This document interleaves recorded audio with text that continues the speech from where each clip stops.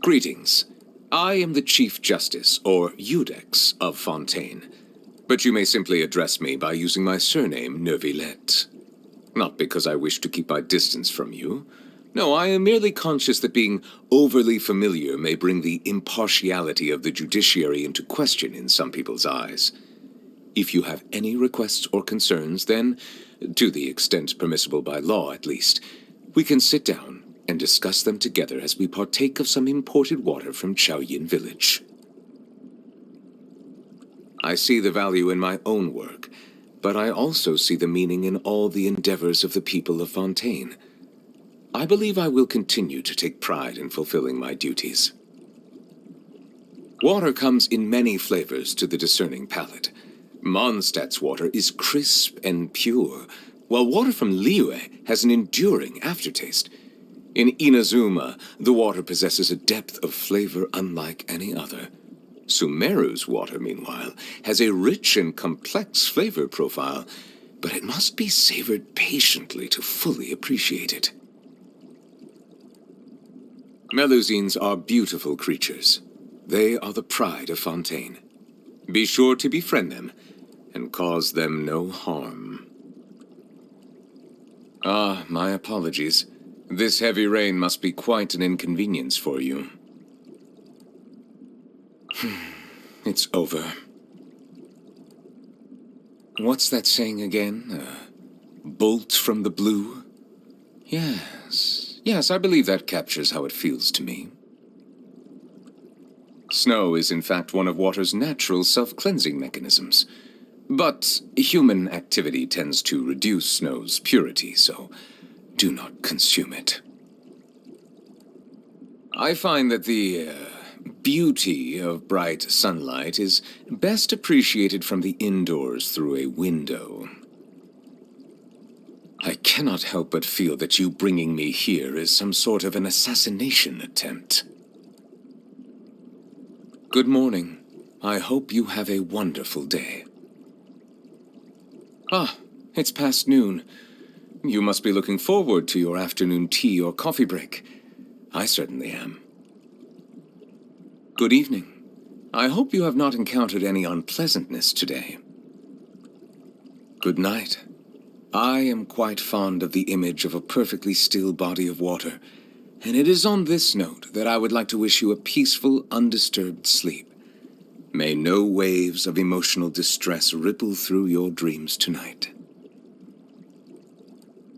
I am no rabid fan of trials. I preside over them only out of duty, for this is the task that has been entrusted to me. So you have heard of that local legend as well? Who told you about that? Or more pertinently, who was responsible for spreading it in the first place? Well, never mind.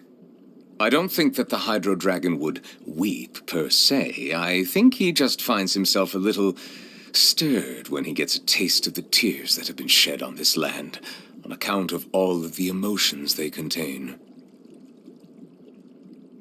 This is a topic that has been discussed ad nauseum. I don't mean to condescend to humanity, but it is quite clear to me that society's concepts of justice, fairness, equality, and rule of law are not equivalent, and never can be. Now, of course, water always seeks its own level, and it was in this spirit that the previous Hydro Archon, Egeria, hoped to achieve universal equality by connecting all things with love. Her successor chose instead to seek equality by means of the law. Ultimately, due to various external factors, this unfortunately manifested itself in the distorted form of trials for the sake of trials. Nevertheless, there are reasons for everything. I suppose I should refrain from criticizing her. Since you hail from beyond the stars, I invite you to be my witness as I judge this upended world. This realm dismantled was of the formidable Father himself, but what now reigns here is a cluster of filthy feathers. Though we live in a world of disarray, I shall undertake to restore all that has been broken. The time that I have spent living among the citizens of Fontaine and traveling with you has transformed my views. Even though before this I had pardoned the sins of humanity long ago, I can promise you that my future judgments will not cause any harm to the common folk. That being said, my grievances with the usurpers have yet to be settled. They owe a debt of blood that shall not be forgotten. I was once advised to wear a counterfeit vision so that I might more easily intervene during moments of crisis. To be quite frank, I was not enamored by this suggestion, nor the implication that one must only exercise the power that is rightfully theirs under false pretenses. With that said, however, I have developed a newfound appreciation for the value of human yearning and determination, having spent considerable time around vision-bearing humans. Excuse me? You're saying that even some members of the Seven don a counterfeit vision before mingling with their people? My apologies. I was just caught off guard by the absurdity of the situation. Fontaine does have some rather intriguing laws on its books. For instance, it is forbidden to release any flying objects during the first 3 days of each month. During the dry season, all bivalves that wash ashore belong to the Hydro Archon, while all other mollusks belong to the people. No domestic pets shall be named after Farina. Tomato ketchup is to be consumed in restaurants only as a condiment, never on its own. And finally, Melusines are to be addressed using she/her pronouns, never the impersonal it/its. That last one was my personal contribution. Some days my mind wanders, and I fantasize about walking into the rain. Oh, but don't worry. My flights of fancy don't distract me from my work. The bishop's ancestry can be traced directly back to the Fontaine Sea, which is why they are so adept at evolution. I am reminded of an old custom that the dragons once observed. We would take a sip of our perished young brethren's blood. Whenever the tides are disrupted by the motion of the moon and stars, the water within the bodies of us hydro-organisms surges up towards our heads, reminding us that our deceased kin will soon be revived. From my observations, humans have a tendency to view themselves as being in opposition with nature. And whenever this point is raised, someone is always quick to respond by declaring that humans are in fact a part of nature like any other organism. To someone like me, however, who knows an inkling of the truth, what would be most beneficial is if human civilization and the natural world of this planet could seek ways to coexist with one another. Nothing will stop me from rendering judgment on each of the seven. As the Archon who won the authority of Geo, Deus Ori must be called to trial. If one does not wish to see us on opposite sides of a conflict, they need not worry, for I intend to stay in Fontaine for the foreseeable future, which could well mean another 400 years. As another point of consolation, even when the trial eventually takes place, it is still not a given that the judgment will lead to a physical confrontation. I shall fulfill my vow to judge all of the seven in turn, even if the sky should fall and the ground give way. As the recipient of the authority of Animo, the god of breeze and hope must also stand trial. He spends most of his time being a harmless drunkard. Well, even so, I must meet him for myself and proceed from there.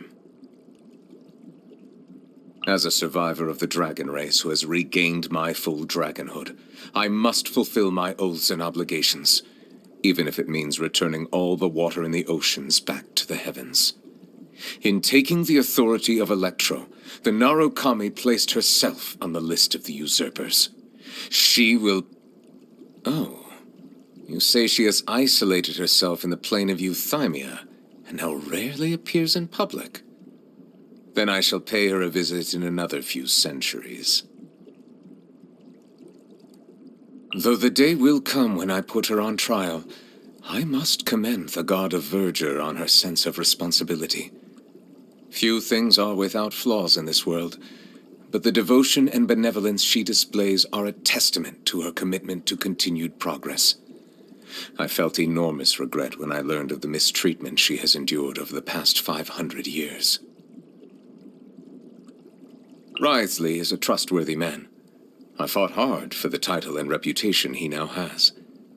I expect you to think that I've simply been duped by his flattery and appearance of loyalty, but to that, I would quote the Inazuman proverb, "The words unspoken are the flower," which means some things are best left unsaid. Cloran's peerless skills have made her the most powerful champion duelist in our nation. As a successor to the Maréchaussée hunters of old, she plays a vital role in ensuring the fairness and impartiality of the courtroom. Also, she's actually not as stoic as she might appear. Their performances are just fascinating, don't you think? They draw you into a magical world where, on one hand, everything that takes place is part of an elaborate deception, but on the other, all manner of miracles are possible if you are only willing to believe. I don't know how Sigewinne is faring these days, but if I hear so much as the whiff of a rumor that she's being bullied, I shall summon Wriothesley here and demand an explanation. She's so kind and vulnerable. She brought me some camera film the last time she visited, and asked to listen to more of my commentary on the water of Natlan. How long is it until her next vacation? Now the curtain has finally fallen on her performance. The character she portrayed was an imaginary one, yet in playing that role, she fulfilled her duties. Though she is meek and full of doubt by nature, she was able to use madness to stiffen her resolve and see her duty through to its conclusion. The work that she has done over the centuries is truly immense. If she were to ever make a return to the stage, I should personally attend the performance and give her my heartfelt applause. Yes, I must do so when the opportunity arises. I regret to say that after my various interactions with her, such as when I inadvertently angered her and when I accepted her apology, and even now, in spite of the guilt I continue to feel over what happened to her father, I feel very distant from her, as if I'm observing the starry sky from the bottom of a deep lake. It is by no means intentional, and I also know it is not something that I can easily make up for. Unlike water, emotion does not settle quickly once agitated, nor is it naturally inclined towards equilibrium.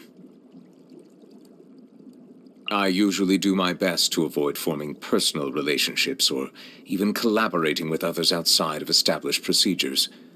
But you have shown yourself to be trustworthy, and you have no problematic entanglements with Fontaine's local factions. Therefore, I would be pleased to journey with you. This is something that I can only say in private. I could never publicly share my views on this matter. It positively baffles me that Fanta has managed to become such a popular drink. Though I suppose its appeal to humans is not beyond comprehension.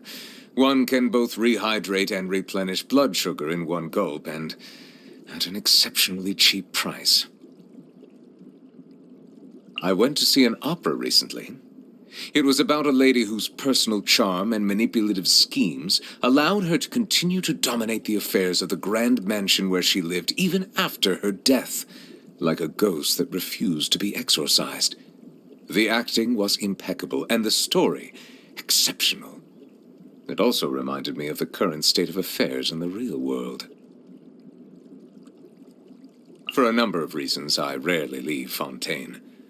As a result, though I enjoy tasting spring water from all over the world, I always have it delivered to me here, rather than collecting it myself.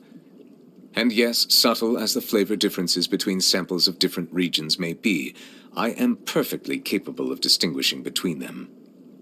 Do you still doubt me? I am the Udex. I do not lie. I have to say, my daily life is not without its inconveniences. For instance, I often find myself stepping on my robes as I sit down, or squashing my coiffure against the chair. And if I lean my head too far back, sometimes my hair even gets caught in the ornamentation. Nevertheless, I must wear these garments to maintain the dignity of a Chief Justice, and endure whatever inconveniences this entails. Incidentally, the world at large appears to operate on this general principle too. Everyone is faced with an identity that they must accept, endure, understand, and eventually learn to coexist with. This has been my experience all along. Water tasting is a rather sophisticated discipline. Pyro-heated water has the standard au naturel flavor found ubiquitously in the natural world, while water boiled using charcoal has distinctly rustic notes. Similarly, while cryo-chilled water is cold but otherwise unremarkable, the frozen rivers of Snezhnaya, when melted, produce a water with an entirely different flavor profile altogether. People seem to respond to the sight of a man in the rain without an umbrella, as if it were some sort of strange spectacle. Animals can survive for weeks without food, but merely a few days without water. There is no dish that could ever compare to pure, unadulterated water. With that in mind, food items that contain plenty of liquid are the next best thing. How can people bring themselves to consume deep-fried foods, or grilled food with no sauce? The worst culprits, in my view, are those charcoal-baked Argilenac cakes. Surely even eating a dehumidifying agent would be kinder on the stomach. Delicious. An abundance of juices, and the ingredients have been cooked to perfection. A fine effort indeed. My only advice would be to increase the liquid content and reduce the amount of fat. Too dry. A dish devoid of moisture has no way to convey the intentions of the chef.